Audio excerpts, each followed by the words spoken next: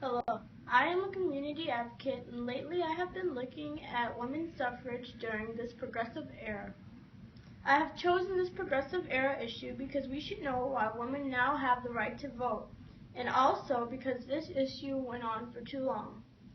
The women's suffrage movement in the United States is commonly traced back to the women's right meeting convened in Seneca Falls, New York in 1848. Women's suffrage is an important topic. First of all, what is women's suffrage? Women's suffrage is mainly the right to vote.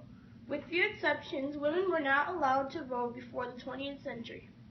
In 1900, however, only 25 nations held regular elections for the sum of their political leaders, and only 6 recognized the right of suffrage for most of their adult male citizens. During the 1890s up to now in the 1920s, women had some pretty hard times. I have found that these women and women organizations have not only worked towards getting the right to vote, but they also wanted political freedom. Between the years of 1880 and 1920, the number of women that had jobs in the United States nearly tripled. It went from about 2.8 million to about 7.2 million. All that women wanted was equality. I know that they got jobs and all, but they wanted better paying jobs, and those always went to men. Also, part of the women's suffrage was being able to run for political offices.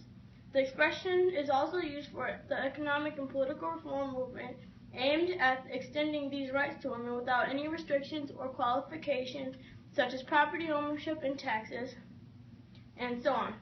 One of the women organizations were the National American Women's Suffrage Association. This organization held annual conventions and suffrage parades. Susan B. Anthony was the president.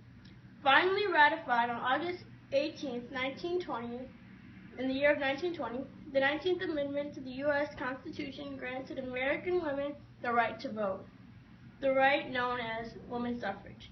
It's about time that it's over now.